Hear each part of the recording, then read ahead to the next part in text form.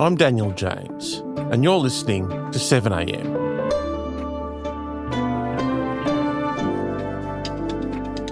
This week, Pauline Hanson called for multiculturalism to be replaced with monoculturalism. At the same time, the Socceroos were capturing the hearts and minds of Australians everywhere on their biggest stage of all, the World Cup.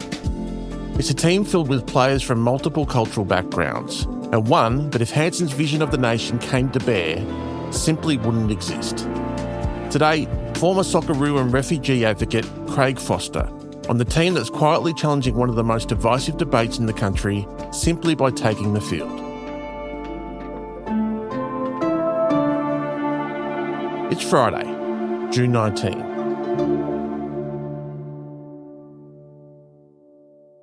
Craig, good to have you on 7am. In the middle of Refugee Week, Pauline Hanson addressed the National Press Club and laid out her vision of Australia, a cultural hellscape where SBS would be abolished, the ABC subscripted. People who come here to make a life for themselves are told to leave their heritage behind and presumably only speak in their native tongue in hushed tones. How does that equate to the Australia you grew up in and the country you proudly represented on the world stage? Well, it's Pauline Hanson is trying to turn the country back to the 1920s, 1930s, if that, maybe even her vision's worse. And, in the early 70s, Australia rightly said that people, want to be able to respect their heritage and their ancestry. And what Pauline Hanson is doing is a frontal assault on Australian football, the game that I love. It's a frontal assault on the Socceroos, that's for sure. It's a frontal assault on Matildas and on the very meaning of Australia, in my view, and I think in millions of Australians in the football community. It's completely nonsensical to me, but it's also very, very dangerous. And Refugee Week comes at an important time during the World Cup when the Socceroos are beautifully representing Australia and talking about what Australia means to them and their families, particularly those who weren't born here, and the opportunity that Australia has provided. That's a vital part of our Australian national story, and that's not going to be destroyed by Pauline Hanson. And Australia is a very multicultural country, and that's what makes it the best country in the world. In my opinion, it's the best country in the world because of that. Arwam Bill, a refugee, had a very different message from that of Pauline Hanson's when he spoke at a press conference about the value of multiculturalism in the country. You have the whole world in one place, and the Socceroos now is a representation of that. How powerful were his words at this moment in time? Really beautifully put, and I think immensely powerful because he's now on a stage where Australia is looking at the Socceroos. They've got the focal point on them. Marvellous result against Turkey only increases that focus. Australia's in love with this team, and it's time to have that conversation about what they represent and who they represent and how they feel about being Australia. It's clear that they're immensely proud to wear the green and gold and wear the Australian emblem. But he also talks very passionately and beautifully about their background and about the story of his family. I have a story of there was war in my country, so my parents flee my country, and then Australia took us in through a humanitarian visa, so that's how I was able to go to Australia, and many others have their way of going to Australia and their reasons. So, for me, it's a refugee week, and it's a week that, I would like to say to anybody that is misplaced all over the world that, we are with you, and we are in a world stage right now, in a big tournament. And just to tell you everything is possible. And these are stories that, are woven into the fabric of Australian life. People who came here either for employment or people that came here fleeing conflict, like Les Murray, my, loved colleague and late friend and legendary broadcaster, or indeed people like Arwam Bill or people like me who were born here, over multiple generations. Who cares? There are important conversations to be had nationally about a whole range of things. But what I don't understand in Australia is why we can't just actually have the conversation about them without vilifying entire groups, which is just stupid. It makes no sense. We should be beyond this by now. But I think our media environment has to be accountable for this as well. The over-concentration of media, there's a whole range of factors. Also, let's say, the multiple Australian governments, including this one, leaving Australians behind. So we know that, economic inequality, exclusion of people, they feel left out of the Australian dream. We've seen this in America. And what that does is it provides very fertile ground for division and for hate and for vilification, because it becomes about those people there are undeserving and I'm deserving. So all of these factors are coming together, and we need to work out a way to have national conversations about a whole range of issues without delving, into this sort of stuff. Craig, if we look at the story of the current Australian team, Awa is one of 4 refugees representing a country that has been proudly multicultural throughout its history.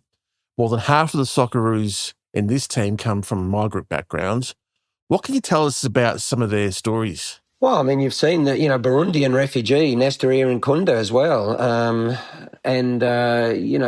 Staying in refugee camps for, many, many years. And for Australians, it's difficult to understand. For me, it's difficult to understand. I've been to the biggest refugee camp in the world, Cox's Bazar, twice. Obviously, I worked with refugees. I played with refugees. And I think this is the difference of the world game as well. We actually play with refugees, every week, and including with Australia, right? So these guys left their countries for a whole range of reasons and ended up here, came to love the country, loved the opportunity that we provided to them, and they returned that, with immense love and passion by wearing the national shirt. No matter where you come from, football's for everyone. No matter where you come from, football's for everyone. The idea of multiculturalism is not that we are a whole range of different countries. I think this is what Pauline Hanson is getting wrong, it seems to me. Anyway, we are one country. I think what the Socceroos have done is encapsulated that perfectly, actually, in their pre-tournament video. And what they say is we have many different backgrounds but one purpose. The Socceroos are the best representation right now of what Australia is. You've got people from all different kinds of backgrounds, born not only all over Australia, but all over the world. When you wear this shirt, you represent every Australian. But, this concept of trying to reduce Australia to just one kind of, monolithic view of the world where everyone speaks only one language, it's ridiculous. Are we supposed to all just eat meat pies? Or, what do we do? Do we stop all the Greek restaurants? Do we get rid of the gyros? Do we get rid of, the Turkish restaurants? Where does the line end here? I'm just not clear. What is monoculture supposed to actually mean? And again, our Australian values has to mean not leaving anyone out, not allowing people to be homeless. It has to be including everyone in the project of Australia. And I think we've forgotten that. I think we've been, you look at the gas lobbies, what's happening, you look at the billionaires lobbying, all of these issues, I think are a part of this puzzle that Australia is trying to work out right now. So yes, every Australian should have a shared purpose, because we all, for different reasons, whether you started here or you ended here, it's of no consequence. But this country is doing something for all of us. So that's why we love the Matildas and Socceroos so much, because when we play this sport, we all feel together. Coming up, can the Socceroos shift the dial in the migration conversation? Craig, this all comes at a time when anti-migrant rhetoric is on the rise in this country and around the globe. Do you think the stories of the Socceroos and the Matildas can make a difference in this debate? I think it is making a difference. It's not the solution. It's not going to turn Australia around, but it is providing conversations. And again, these are conversations that have been long avoided as well. So what sport does is it brings us together in a shared space. And it's a safe space because everyone can just sort of stand next to someone they're told they're supposed to hate, at Fed Square. Well, I'll be for the games. And in that moment when the Socceroos do well, we all start hugging and, and we're high-fiving and everyone feels the same emotion. And that's critically important because it doesn't happen that often in Australian life anymore. Okay, I guess there will be some One Nation supporters watching the game tomorrow, Craig. Do you think that the game could be a moment of quiet reflection for them? For many, it could possibly be. I think it's important. Representation is vital. So, when you've got, a number, I think 8 Socceroos of different African backgrounds, including Lucas Harrington, Zimbabwean and the like, that's incredibly powerful. For those who want to hate, they're going to hate anyway. It doesn't matter what the Socceroos do. And whether they cheer them on or not, is immaterial. But I think for the mass of Australia, these are very important moments for us to reflect. And it is good for people to watch Nesteri Nkunda doing that, and then to have a think about, okay, if Nesteri wasn't a footballer, or if Awe wasn't a footballer and was walking down the street, am I looking at them any differently to what I am now? So in other words, just because they play football doesn't mean they're a different person. It doesn't mean they have different rights. It doesn't mean they have different value. They're the same person. They might have been a scientist or they might have been a mechanic. Who cares? That's the point that we need to make sure we understand through this World Cup. Just because they're kicking a ball, you shouldn't be treating them differently. And if you are, please think about that, reflect on that, because Awe speaks beautifully, is clearly a very intelligent, young, proud Australian. Who cares if he plays football or not? That's what he is, and that's the way that we should see him, and it's the way that we should treat him, and it shouldn't change. Craig, you touched on this earlier, but how much of an indictment on the political and media classes is it that the responsibility for fighting this divisive rhetoric is falling on the shoulders of young men who, through no choice of their own, find themselves at the centre of the debate while trying to meet the expectations of the country and represent their nation on the field? Well, that's often the case with sport, and athletes are put in situations because they're so loved, so revered, so respected, that, they're often expected to either stand up for their particular Australian communities or to talk about these broad issues. Former refugee players are obviously a critically important one, because Australia's been tortured in our refugee policy for, 20 a while, but at least 26 years now, since 2001, since Tampa, and, we're still struggling a bit with it today. So you don't expect athletes to have to talk. They can tell their own story in their own way. Their job is just to go and play football. They don't have to be an icon of anything. They don't have to be a symbol of anything.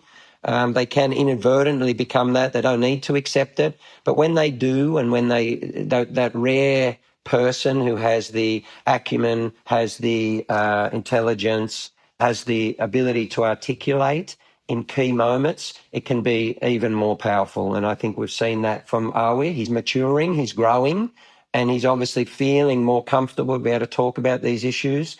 That's, when that happens, it's very, very powerful, and I would say really timely. And finally, Craig Foster, we can't have you on the program without asking you about tomorrow's big game against the United States. They've been giving us a bit of smack talk, saying that we're average at best. What are they drinking over there? Because they got no shot of doing anything at the World Cup, right? And they're the weakest team in the group. And the US, although they've got their weaknesses. Do you think it's possible that another upset could be on the cards for these quick talk and smack talking Americans? Yeah, they just talk utter garbage, this guy Grella. I mean, he's a former player, he should know better. I like that he's done it, because I like when Australians are engaged in football. So, the thing for me is, if we're upset at the US and we want to beat them more, happy days as far as I'm concerned, because I love football. I want every Australian to watch the game. So as soon as it came out of his mouth, I'm like, yeah, you beauty, right? There's no shot Australia could compete with the US. So the only way they can play is in defense and try to keep 0-0, and that's the only way. And I think it does, in a way, reflect the arrogance of US in the world, and their declining position that they've not quite understood yet. I think the rest of the world is looking at them very differently now, and Grella probably encapsulates that. At the same time, they are the favourites in the game. They are actually an outstanding team. I think they are the strongest in the group. The problem with Grella's comments is that they just don't make any sense. So, in other words, we played them in October, it was only 2-1. So a team that you beat 2-1 is obviously very, very close. We could have got back in the game, we had chances, and therefore there's very little between the teams.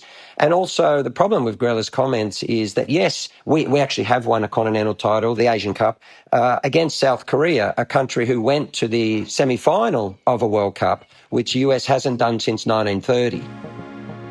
The problem with Grella is that, he's speaking from a position of weakness because US also haven't won a World Cup and US haven't been past the quarterfinal for almost 100 years.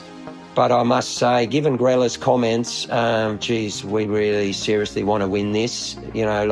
We like taking on the US anyway, but this has put a bit of extra spice in it. And I reckon, seriously, the roof of Australia is going to lift off if we actually win this game. It's a big challenge, but of course we can do it. If we're ranked 22 there in the late teens, that simply means that there's very little in the game, and either of the teams can win. Craig, thank you so much for your time, and go Socceroos. Indeed, go boys.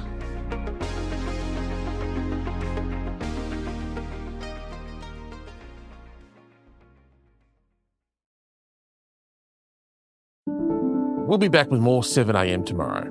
Former Rudd and Gillard advisor Sean Kelly joins us to share his thoughts on what Pauline Hanson's toxic press club performance says about the current political moment and why she likely won't face any consequences for the things she said.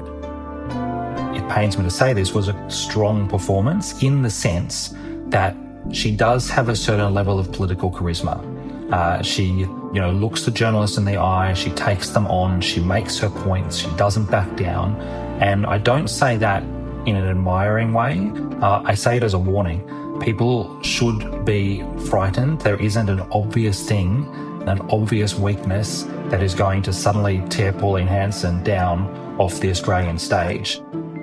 That'll be in your feed tomorrow. I'm Daniel James. Thanks for listening.